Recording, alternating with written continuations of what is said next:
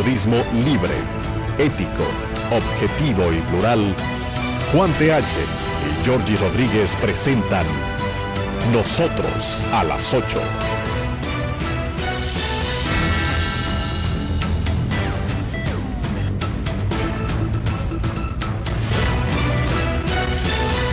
Nosotros a las 8.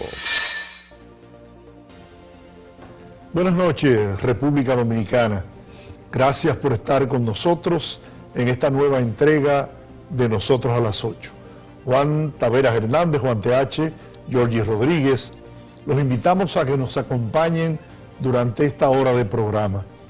Hoy tenemos una conversación muy especial con una figura del gobierno de la República Dominicana que está haciendo historia a través de sus funciones como ministro de Educación. El doctor Roberto Furcal es nuestro invitado esta noche, así que, señor TH. Buenas noches, Roberto. Buenas noches, amigos. El señor que nos toca entrevistar esta noche, más que entrevistar, conversar con él, era el jefe político del proyecto del hoy presidente Luis Abinader.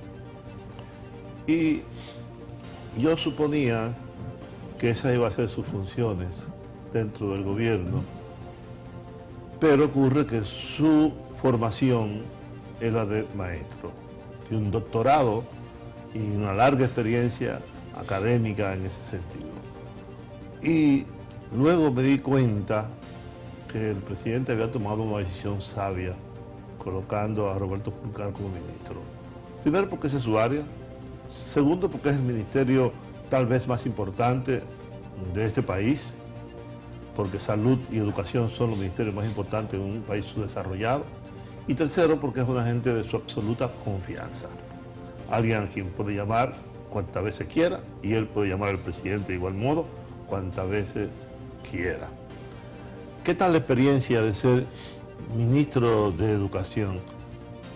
¿Cree que ha sido fructífero? Porque yo creo también que eso es un gancho, ¿no? Porque son tantos los problemas que tiene el sistema educativo nacional, son tantos los cambios y las transformaciones que hay que hacer, que hay que tener como las cosas bien puestas, también centrado en lo que se debe hacer en una época de crisis económica y de pandemia. Sobre todo eso, ¿no? En la situación en que ha tenido que asumir el Ministerio de Educación. Sí. Bueno, antes que todo, muchas gracias, Juan. Muchas gracias, Georgie, por traerme. Me siento muy bien aquí. Ustedes han tenido que ver con mi carrera política, social, académica, intelectual. Siento un gran respeto por ustedes, una amistad de muchos años. Y además me han visto construir ideas, compartir ideas, y ustedes dos sí saben quién soy yo, qué es lo que yo quiero para mí, para mi país, para mi partido, para los que vienen detrás de nosotros, las nuevas generaciones. Mira, Juan, yo digo que el hecho de que yo esté en educación probablemente tiene que ver con el COVID, porque un día cualquiera, no he contado esto antes, nosotros ganamos las elecciones y esa noche fuimos al comando, el presidente electo saludó a la multitud, nos fuimos y nos citamos para el otro día al mediodía.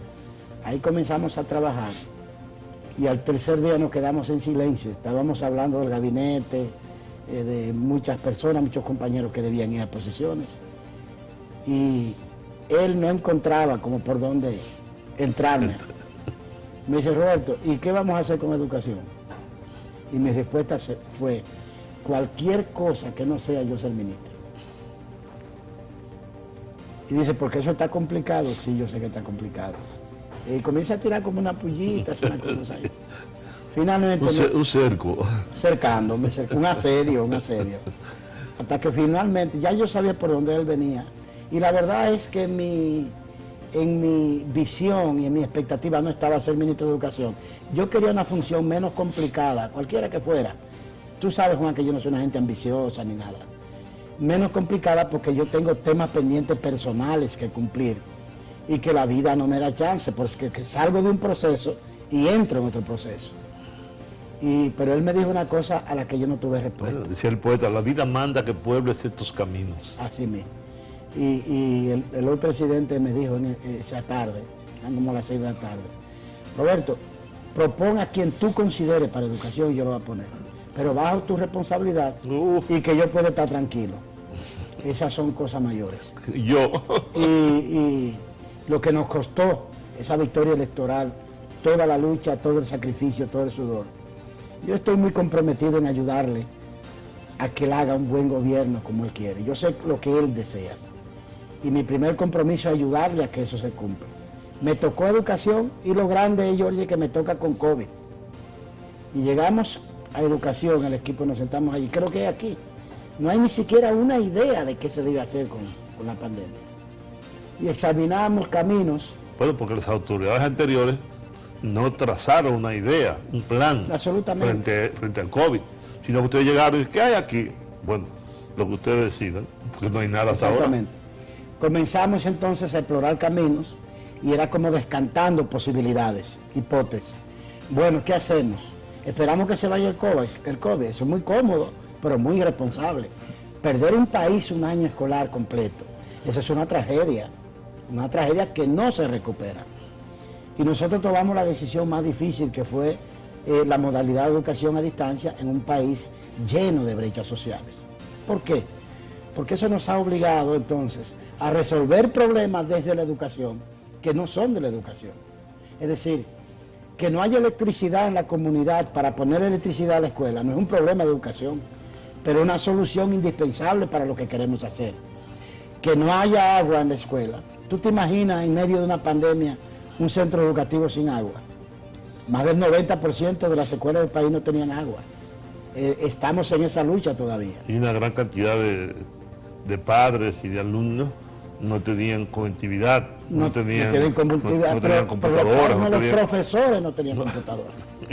Y entonces, además de que los profesores no tenían computadoras, no habían sido formados para la educación a distancia, que es una modalidad especial. Entonces yo tuve que comenzar al revés, formando a los formadores. Yo dije, si los profesores tienen esa deficiencia, nuestra primera tarea es capacitarlos en eso.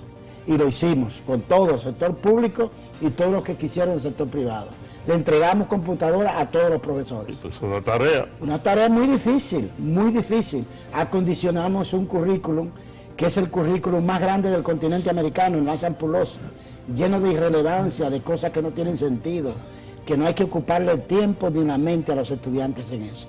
Hicimos una adecuación curricular, armamos todo aquello, de esa simplificación curricular la convertimos en contenidos, y esos contenidos en guiones, y esos guiones entonces buscamos productores para que lo produjeran. Perdóname, Roberto, porque eso que tú estás diciendo a mí me resulta como tan complejo y tan difícil.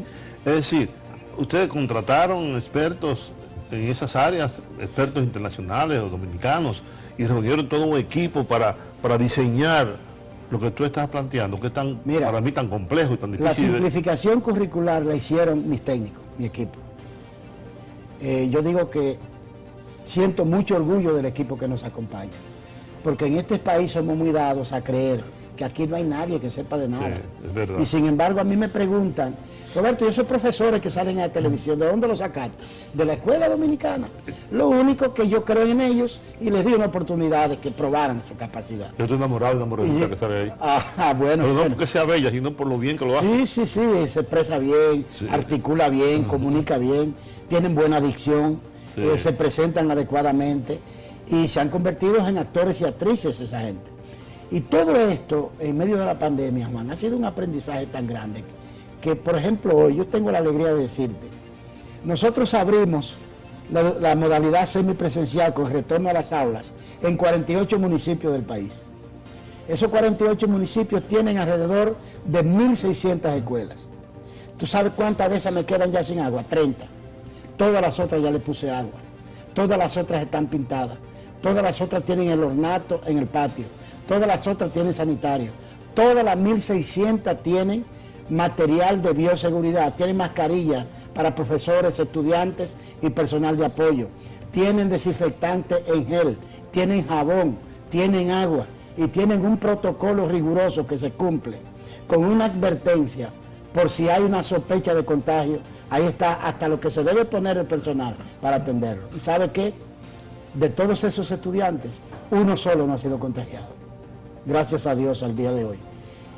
Y lo que yo aspiro es que en algún momento no lejano, no en 10 años, ni en 20, ni en 5, sino al final de este año, probablemente en la Navidad o en marzo, yo les pueda decir a ustedes, ya en este país de ustedes y mío, no hay una escuela sin luz, no hay una escuela sin agua, no hay una escuela sin pintar, no hay una escuela sin baño, no hay una escuela que no tenga decencia para que se convierta en el nido natural de los estudiantes. ¿Cuántas escuelas encontraste en condiciones deplorables que necesitaban eso, agua, inodoro, etcétera, etcétera? ¿Cuántas? Porque así como los hospitales fueron abandonados, se hablaba de 56 hospitales y todo eso, y cuando llegaron lo que contaron fue una tontería.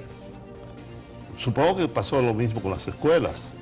Mira, Juan, la política de las pasadas autoridades, y ustedes no me han visto a mí haciendo crítica ni nada, porque yo lo que quiero es hacer el cambio con el que nosotros estamos comprometidos. Pero te quiero decir a esa pregunta, que de todos los planteles escolares de la República Dominicana, los únicos que estaban en condiciones de iniciar clases son los de construcción muy reciente, de 1 año, de 2 años, de 3 años. Porque el dinero del 4% lo utilizaron para construir nuevos planteles, pero no dedicaron un peso para atender a la vieja planta física. Es una cultura en la República Dominicana. Sí, claro. Es una cultura, o sea, compro un traje nuevo, pero no compro jabón para las otras camisas. Y nosotros encontramos en el país hay alrededor de 8.000 centros educativos. De esos 8.000, por lo menos 7.000 han necesitado intervención, necesitan intervención. Y de varios niveles. Recursos. Nosotros hicimos, ellos habían planificado una licitación para 5.800 planteles que tienen daños profundos y que no podían hacerse sino por vía de una licitación. No la terminaron, nosotros la concluimos, fueron adjudicados, ya están siendo intervenidos y después todas las otras escuelas les estamos aplicando mantenimiento correctivo, es decir, garantizándole su agua, su pintura, garantizando que no falte el servicio de inodoro, de baño. Nosotros encontramos escuelas con letrinas todavía en este tiempo. Mire. Parece extraño que lo digan, los capitaleños no lo entienden, sí. Pero el que quiera que me acompañe, que yo le enseño dónde están. Mire, Y eso ha sido una experiencia muy importante porque humildemente tengo que decir que hoy, por ejemplo, la UNESCO viene y ve lo que estamos haciendo y se enamora. Y me dice, te voy a regalar 50 laboratorios de ciencia, gratis a la República Dominicana, en apoyo a eso que estás haciendo. El PNUD, viene el regional del PNUD y hace una reunión virtual con nosotros y dice, yo quiero que nos permitan, nos autoricen a presentarle al mundo lo que la República Dominicana está haciendo en materia de educación. Pero lo propio, la OEI, lo propio el Banco Mundial, el Banco Interamericano de Desarrollo, la comunidad internacional se está fijando por primera vez en una iniciativa, en una creatividad, en una buena práctica de la República Dominicana. Obviamente, no tenemos nada perfecto, nos falta mucho por hacer, no hemos terminado todas las escuelas, la mayoría todavía nos faltan, pero vamos en ese camino para llegar a un momento en el que podamos decir, todas nuestras escuelas son dignas y nosotros tenemos un sistema educativo de calidad. Mire, yo en este momento quiero aprovechar para hacer un acto de justicia con su gestión al frente del Ministerio de Educación. Sin duda, haber asumido esa responsabilidad y tomar las riendas del Ministerio de Educación sin que las anteriores autoridades dejaran mínimamente diseñado un programa, un proyecto para enfrentar la educación en la época de la pandemia del COVID-19, es un heroísmo. Por eso cuando hice la presentación, señalé que usted está haciendo una gestión histórica en la República Dominicana. Y el país tendrá que reconocerlo. Ha tenido críticas, ha habido fallas, porque las ha habido, pero son fallas que se han producido producto de haber tenido que asumir la dirección de la educación del país en esas condiciones. Han tenido que ir sobre la marcha produciendo un plan de educación. ¿Para qué? Para evitar que los jóvenes dominicanos perdieran el año escolar. Sí, mira, tengo un amigo que sigue muy de cerca los procesos educativos del país y de la región. Y él me dice, bueno, yo tengo mis críticas al modelo que tú estás implementando. Yo digo, a ver, compártemela. Me dice, por ejemplo, aquí no hay conectividad en el país, pero eso no es un problema del modelo de nosotros, Juan. Esa es una brecha social acumulada de la República Dominicana. Que no haya agua en una escuela, que se nos vendía que se nos vendía que había conectividad con claro, sí, por ejemplo, República Dominicana Digital. Una cosa se llamaba República Digital, en la cual el 17% de los profesores tenían computador, el 17%. Sí. Hoy lo tiene, el 100% tiene. 0 profesores habían sido capacitados. Hoy el 100% están capacitados en manejo de tecnología y en dominio de la modalidad de educación a distancia. De los estudiantes, de 2.8 millones de estudiantes, unos 300 y algo habían recibido dispositivos tecnológicos. Nosotros tenemos ya en el país, preparándolo para entrega, 1 millón de dispositivos tecnológicos para entregar a los estudiantes. La regional de Santiago completa, no hay un estudiante sin computadora en el día de hoy. Esa es la diferencia. Más allá a lo que yo llamo el discurso testarudo, Juan, de los hechos. Sin embargo, y pese a todo eso, cuando le preguntaron a la presidenta de Finlandia a qué se debía el éxito de su país, y ella dijo 3 cosas: educación, educación y más educación.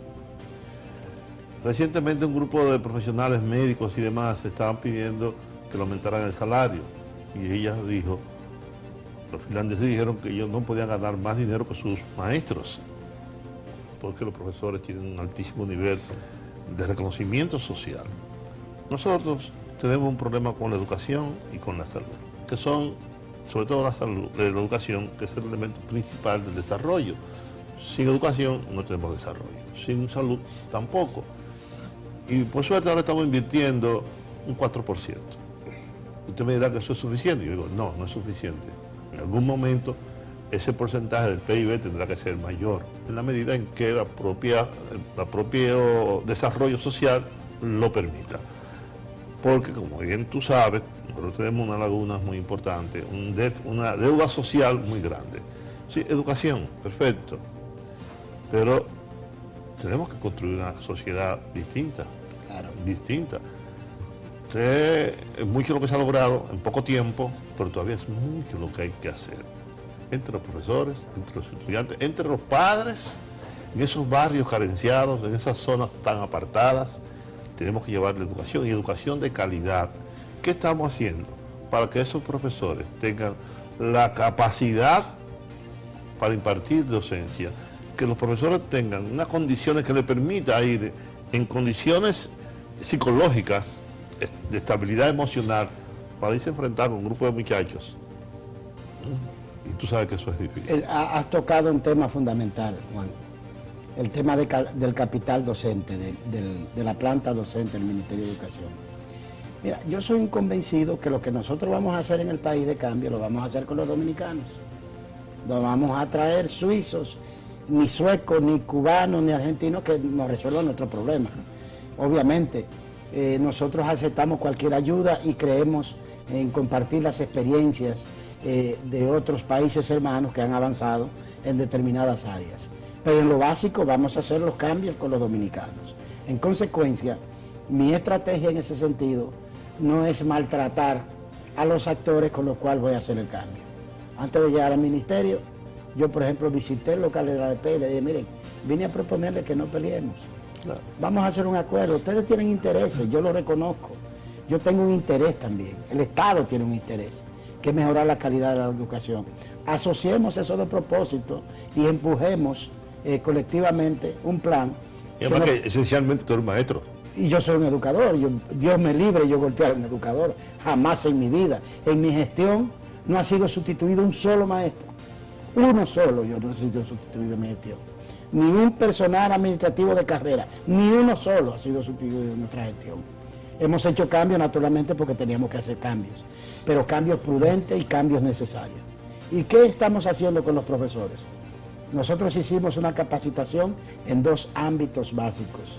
Primero, capacitar en el dominio de la tecnología y después capacitar en el dominio de metodología de educación a distancia.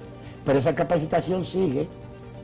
En este mismo año escolar venimos con 5 programas de capacitación docente y venimos también a introducir la formación en idiomas de los profesores y sobre todo la mejora de la capacidad metodológica, que es lo fundamental.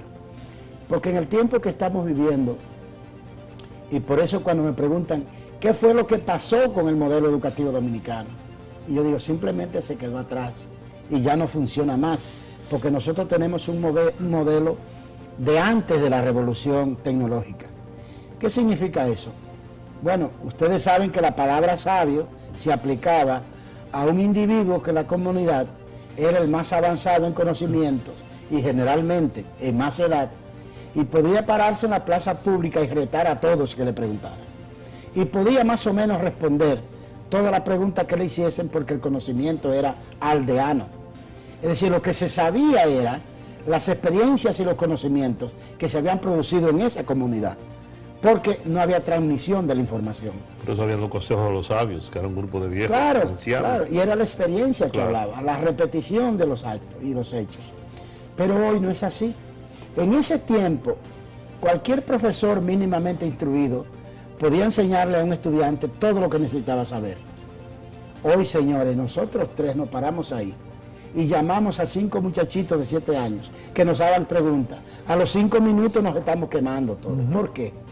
Porque ellos tienen acceso libre a la información que la humanidad está produciendo al granel y a la velocidad con que se está transmitiendo gracias a la revolución tecnológica.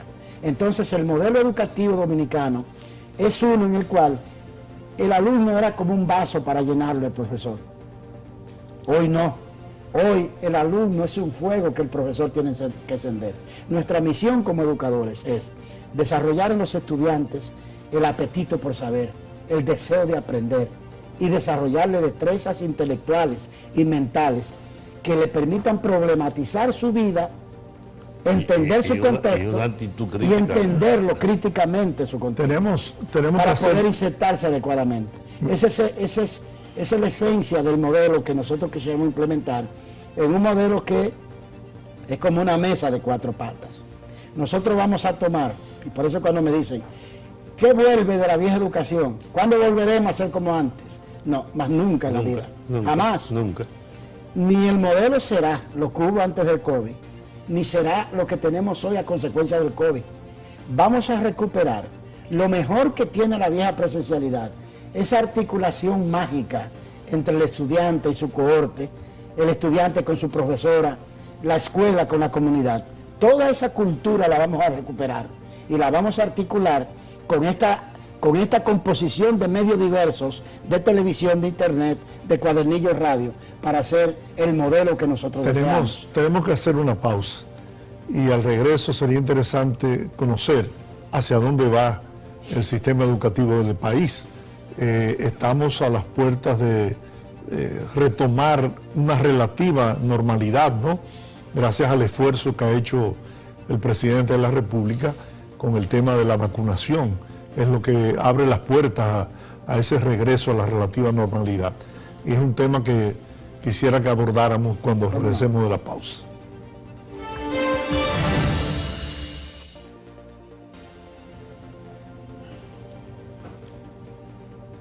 Amigos de Nosotros a las 8, seguimos conversando con el doctor Roberto Furcal, ministro de Educación.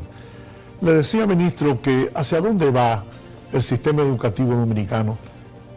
Tenemos la certeza, ¿no?, de que volveremos a la normalidad relativamente, ya no será igual que antes, pero ¿cómo se adaptará la educación? Tenemos ahora ya algunos planteles en algunos municipios con clases presenciales, eso me imagino que irá progresando, se irán abriendo más planteles, más clases presenciales. ¿Cuál es el plan que tienen ustedes? Bueno, nosotros hemos iniciado el día 6 del mes pasado un programa de retorno gradual a las aulas. Iniciamos con un piloto de 48 municipios, que son aquellos municipios que de acuerdo a la medición de salud pública estaban por un nivel de contagio de no más de 5% de la población y un nivel de incidencia de 7 días de no más de 50 personas por 100.000 habitantes. Esos 48 municipios incluyen 1.600 escuelas distribuidas en todo el territorio nacional. Ahora acabamos de hacer un nuevo corte y de esos municipios hay 8 en los cuales esa comunidad subió mucho el contagio. Y entonces esos 8, le digo, hagamos un receso aquí, en estos 8, y volvamos a la educación a distancia. Mientras tanto, 21 nuevos municipios bajaron su nivel de contagio y esos entran a la semipresencialidad. Y ahora, y es una primicia que comparto con ustedes, le estamos proponiendo al Gabinete de Salud que haga una nueva evaluación, porque es verdad que gracias a Dios tenemos ya una nueva realidad en el país. Primero, la cultura de la relación de los ciudadanos con el COVID ha avanzado, ya hay más conocimiento sobre el COVID, ya los tratamientos son más eficaces, el riesgo de morir es menor y además hay una buena proporción de la población vacunada. En el propio caso del magisterio, nosotros tenemos Juan y Georgie vacunados, la primera vacunación a todos los profesores y la segunda ya la tenemos, la segunda dosis en casi un 90% de vacunación. A los profesores y también al personal directivo y administrativo de las escuelas. 2 millones de personas vacunadas ya. ¿Qué nosotros estamos proponiendo ahora para así poder acelerar el retorno? Que el gobierno nos habilite un nuevo grupo social que son los padres de los estudiantes. Digamos, vamos a vacunar a todas las personas que tienen estudiantes en la escuela. ¿Qué pretendemos con eso? Lo que yo pretendo con eso es que el estudiante esté, digamos, blindado. Está protegido en la escuela porque el personal docente y administrativo de la escuela ya está vacunado, pero tiene riesgos en casa. Y puede tomar un contagio en casa y llevármelo a la escuela. Si yo logro que el gobierno nos vacune, el Gabinete de Salud, al círculo familiar más cercano, a los tutores de los estudiantes, yo reduzco significativamente el riesgo de contagio y podemos aumentar la capacidad de retorno gradual con un mínimo de peligro. Esa es la aspiración inicial. Estratégicamente, lo que nosotros pensamos y lo que nosotros estamos proponiendo, y no es una cosa que estemos improvisando, yo lo propuse el 2007 y en ese momento se convirtió en la base para el programa de gobierno del PRD, entonces un modelo de educación para vivir mejor que le llamamos, que es una especie de contrato social por la educación, pero una educación que gradúe ciudadanos. En ese sentido nosotros, por ejemplo, ahora están, porque las tandas extendidas eran cascaros vacíos. Éramos más tiempo en la escuela, pero haciendo lo mismo. O nada. Sí, nosotros estamos agregando ahora las cátedras ciudadanas, que son un proyecto multisalida para aportar contenidos útiles y valóricos a la educación. Por ejemplo, para el mes de febrero, mes de la patria, creamos 8 cátedras ciudadanas al más alto nivel profesional, académico, intelectual y con un buen control curricular, porque nosotros cuidamos mucho los contenidos que vamos a compartir. Creamos la Cátedra Duarte, la Cátedra Sánchez, la Cátedra Mella, la Cátedra 27 de febrero, la Cátedra Bandera Nacional, Escudo e Himno.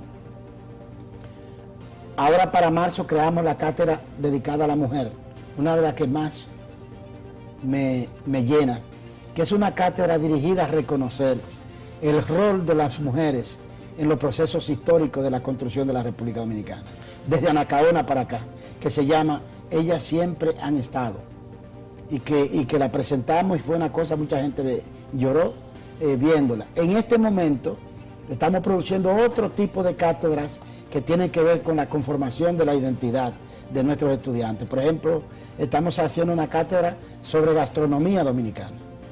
Estamos haciendo una cátedra sobre ética y vida. Estamos haciendo otra sobre amor y respeto por los animales, sobre resolución pacífica de conflictos, sobre medio ambiente, sobre calentamiento global y orientación climatológica. Y ese conjunto de cátedras lo que procura es completar todo el currículum que tiene que ver con las viejas asignaturas, completarla para lograr un perfil del graduado que sea un ciudadano el que estemos graduando. Oye, Roberto, yo te escucho con tanto entusiasmo hablar sobre las cosas que están haciendo. Yo soy un una persona muy preocupada por la educación. Sí, de hecho, en algún momento impartí docencia en la época aquella de los clubes, cuando Balaguer oficializó las escuelas. Y yo impartía moral y cívica, historia y geografía, hace muchos años. Y es el sistema. Nosotros, yo creo que hemos formado individuos, no ciudadanos. Hay una gran diferencia entre un individuo y un ciudadano. Decía Borges que los argentinos no eran ciudadanos, eran individuos. El individuo piensa en sí mismo y para sí. Por eso el sujeto se parquea, se aparca en cualquier lugar. Si tú le dices algo, dice, por ahí cabe una patana. O te dice cualquier cosa, te ofende. El ciudadano piensa en los demás y actúa en función de los demás, en función de la colectividad. Nosotros estamos atravesando por un momento en la historia de la humanidad donde la educación es fundamental para el desarrollo.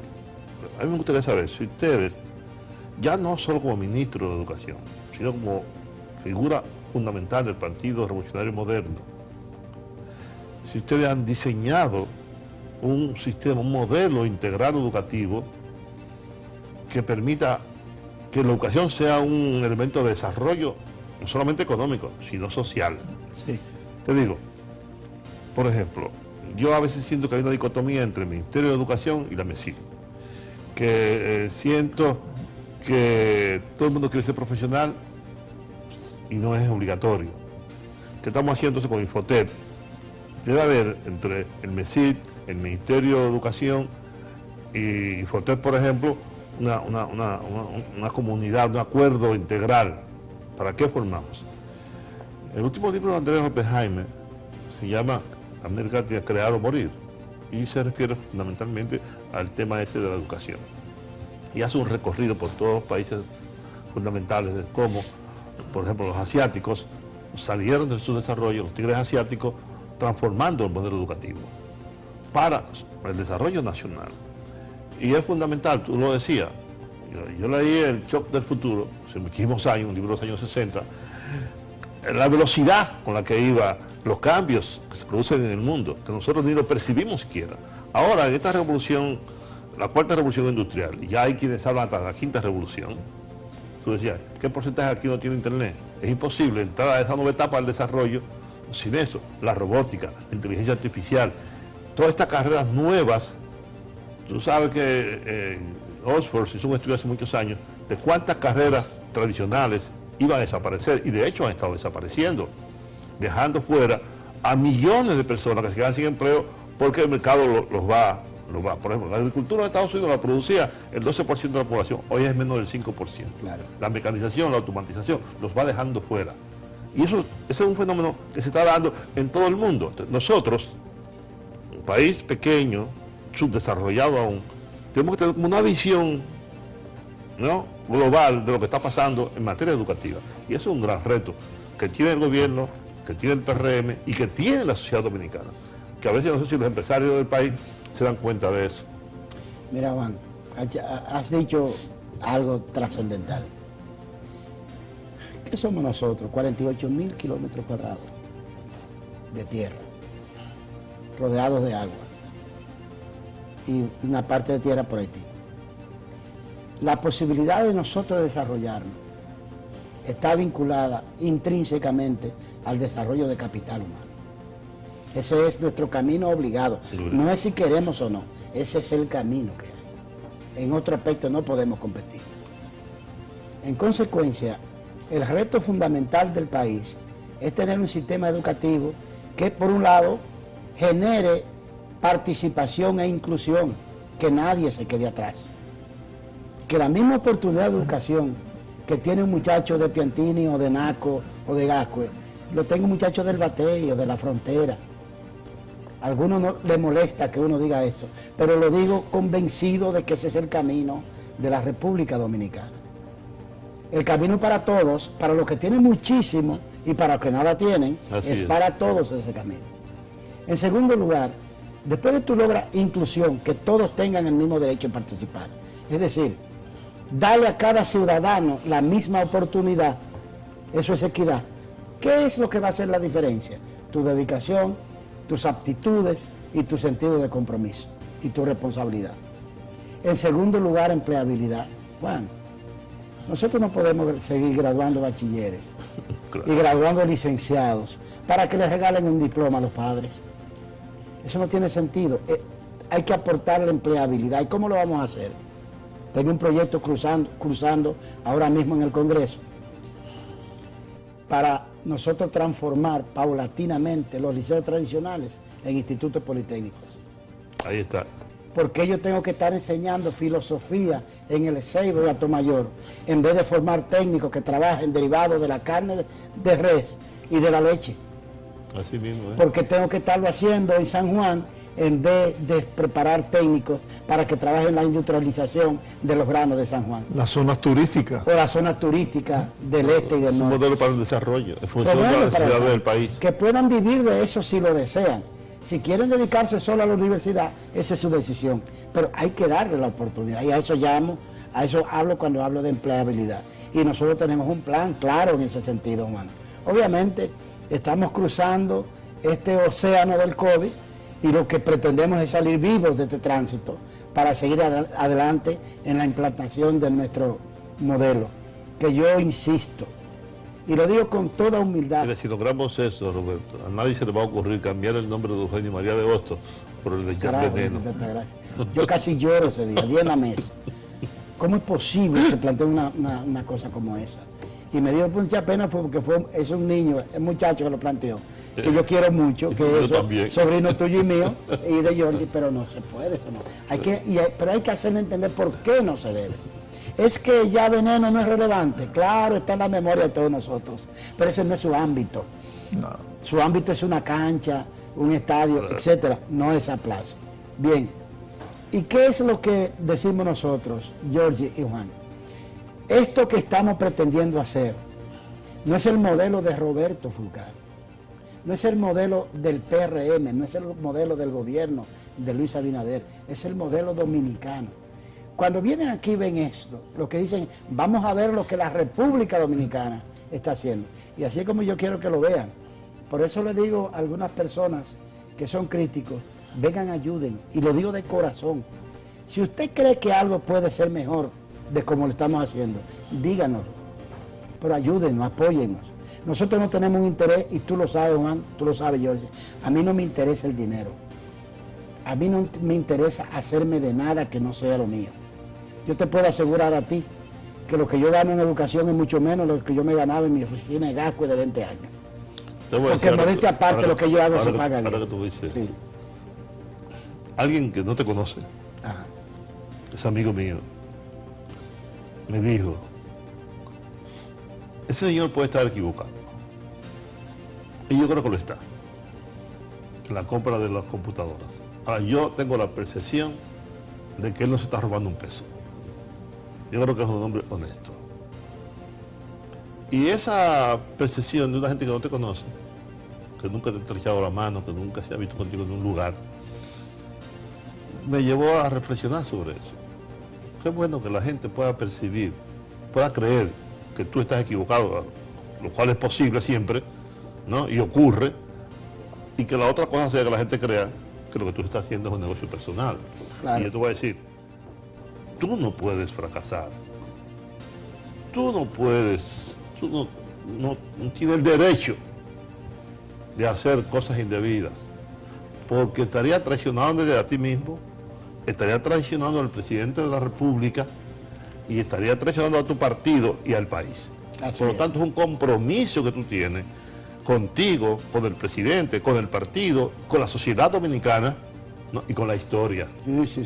Y si no tiene esa conciencia, si no tiene esa visión histórica, entonces sigue en la política per se. Así es, Juan.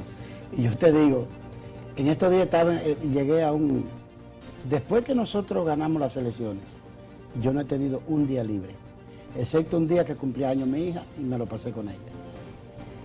Y Sí, un pero día... tampoco es así, porque el cementerio está lleno de imprescindibles. Sí, no, lo que Hay que pasa, coger su tiempo lo que para pasa es que jugar su dominó. esta etapa lo que nosotros estamos haciendo de educación es como tú tomar un blog y pretender meterlo en un hoyo menor que el blog. De manera que no podemos volar en piloto automático, hay que llevar todavía el avión ahí minuto a minuto y día a día. En Navidad, por ejemplo, cuando a mí me dio COVID, nosotros estábamos en los procesos de licitación. Esa fue mi prueba de fuego. Yo no sabía de eso, de licitación. Y yo tuve que aprenderme a la ley letra por letra. Como ministro me toca ser el presidente del comité de compras. Renuncié a la presidencia para convertirme en el abogado que preguntara a todo lo difícil de mi equipo, que también estaba aprendiendo. Y yo tenía COVID en mi casa y manteníamos casi 24 horas un Zoom, una reunión por Zoom, por internet permanente. Y el Viernes Santo, ahora, yo estoy en casa, fue el único día que me quedé en casa. Yo no salí en la Semana Santa. Trabajé hasta el jueves y me quedé el viernes en casa. Mi mujer va para el supermercado y yo le digo, te voy a acompañar. Y salimos para el supermercado. Yo veo un señor en un carrito que me da como vuelta y pasa otra vez y digo, ¿qué le pasará al señor?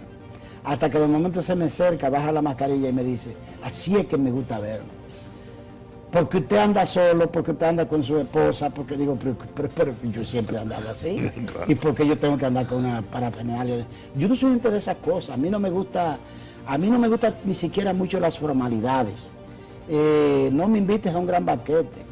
Ahora invítame a compartir en 4 o 5 amigos, a hacer chistes, a hacer cuentos, a murmurar el que baila mal, que es una cosa que me encanta. O sea, sí, porque no hay mejor bailador que el que está sentado. Sí, claro. Tenemos que hacer otra Y como pausa. yo no soy buen bailador, me doy vida murmurando. Entonces ese señor me hizo eso. Y yo te digo, Juan, eso que tú has dicho, la gente puede tener la absoluta seguridad de que yo sé lo que yo deseo. Juan, yo le voy a hacer una confesión a ustedes dos. Yo soy un campesino, hijo de un hombre que vive en mi campo, que no ha querido venir a vivir a la capital. Y yo tengo una formación familiar, y yo tengo una concepción ideológica y filosófica sobre la vida y sobre la sociedad, que yo no negocio. Y la educación, ¿sabe qué es para mí? Mi conspiración. La educación es mi conspiración para yo hacerle el aporte que creo que puedo hacerle a mi país, porque sé que los que vienen de allá del campito mío no tienen futuro si no tienen una buena educación, no tienen posibilidad de competir.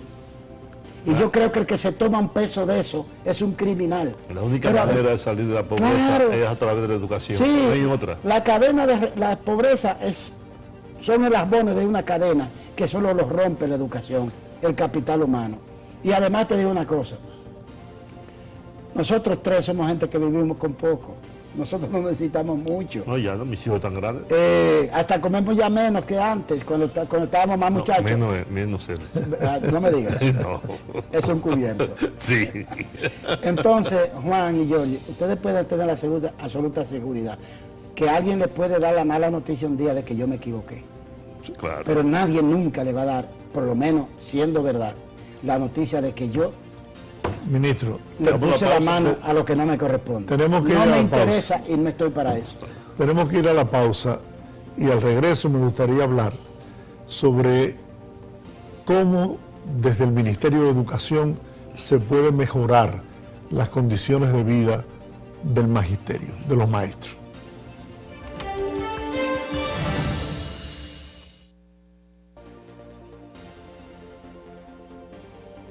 Al tiempo, Georgie dejó una interesante pregunta sobre el tapete, el magisterio. Sí, mira, antes de entrar, como les comentaba, a la gestión, yo me reuní con la ADP y le propuse que trabajáramos estratégicamente y le propuse un acuerdo de 4 años de largo plazo. Le voy a dar la primicia de que en los próximos días vamos a estar firmando ese acuerdo que incluye el compromiso con la calidad de la educación, con la inclusión y también con las mejorías en las condiciones de vida a los profesores. Yo quiero decirle, por ejemplo, que encontré 529 profesores que habían ganado concursos de oposición y la ley obliga que fueran designados y nunca los nombraron. Por los motivos que todos conocen, yo le di ingreso a todos sin preguntarle quiénes eran. ¿Y de qué partido? ¿Y de qué partido? Yo les quiero decir a ustedes que me encontré con muchos millones de pesos en deudas a maestras que era por licencia pre y postnatal y que la estamos pagando todas sin preguntar quiénes son, ni políticamente ni socialmente. Obvio, estamos organizando eso para que ninguna maestra por embarazo se vaya de su escuela. ¿Había dominillas? ¿Perdón? Había nominillas Sí, en el claro, ministerio. claro que sí. Y la eliminaron. Claro todas. que sí. Tanto, Juan, que por ejemplo, yo te quiero decir, y ustedes se lo pueden afirmar a cualquiera, cada persona que ha sido desvinculada del Ministerio de Educación, tú sabes que la ley de administración pública manda que si a ti te desvinculan de una institución pública, el proceso comienza con una solicitud tuya para que te paguen tus prestaciones. Ese es el camino obligado de la ley. Todo el que ha hecho esa solicitud al Ministerio de Educación se le ha cumplido, se le ha preparado su proceso, se ha enviado a Contraloría para cumplirlo y hemos pagado más de 260 millones de pesos en ese sentido. No nos hemos quedado con el derecho de nadie. En mi gestión no ha sido violado un punto ni de la ley de educación, ni de la ley de carrera civil, ni de la carrera administrativa, ni de la carrera docente, ni de la Constitución de la República. Y a los profesores, yo lo que deseo es poder encontrar la forma de mejorar progresivamente sus condiciones profesiográficas, sus condiciones de vida, de trabajo, los escalafones. Porque si tengo un cuerpo docente más satisfecho, en mejores condiciones de salud, vas a tener un mejor desempeño docente. El SEIMA lo encontramos quebrado. Sí. Y ya de los ahorros del MINER le aportamos al SEIMA 300 millones de pesos para recuperarlo. Es decir, ¿por qué? Bueno, esa es la institución de salud, además, es una institución producto de la lucha de los profesores. Se nos queda un minuto. Y lo vamos a recuperar. Nos queda un minuto. Más allá del Ministerio de Educación, esto es una pregunta capciosa, digamos. ¿A qué aspira Roberto Fulcar? Mira, Juan, te lo quiero decir mirándote a los ojos, porque he visto en varios sitios, incluso una periodista dice, Roberto aspira a presidente. Pues me dice tu derecho. Ese mío, y de Georgie. Ese es mi derecho y nadie me chantajea con claro. eso. Pero yo les aseguro, yo no estoy pensando en esas cosas. Yo tengo 3 tareas en este momento. En primer lugar, yo quiero ayudar a que el presidente Luis Abinader haga el gobierno que él quiere hacer, el que compartió conmigo y contigo un día que íbamos en la autopista del Este, que hablamos como una hora de qué era lo que queríamos para el país. Yo quiero ayudarle a él a hacer eso, porque yo sé lo que él desea y lo que él quiere, y lo que él quiere es bueno para mi país. Ese es mi primer compromiso. Mi segundo compromiso es ayudar a que este país tenga educación de calidad. Y mi tercer compromiso es a que la República Dominicana se convierta en un país cada vez más inclusivo, que haya menos marginalidad, menos pobreza. Pero yo no estoy pensando, como piensa mucha gente. En la República Dominicana hay gente que desde que le da un carguito, se le monta un palacio en la cabeza. No, y además el Ministerio de Educación sirvió para montar algunas plataformas presidenciales en el pasado. Yo no estoy pensando en eso, yo te lo aseguro que no. Además, yo escogí un candidato presidencial en el 2013 y todo el mundo lo conoce, se llama Luis Abinader. Así es. Gracias. Doctor, muchas gracias. Un placer, Juan, un placer. Igual nuestro. Muchas gracias. Interesante conversación. Esperamos que el país haya podido apreciar y valorar este intercambio de ideas en Nosotros a las 8. Amigos, nos encontramos mañana a las 8 de la noche en otra entrega de Nosotros a las 8.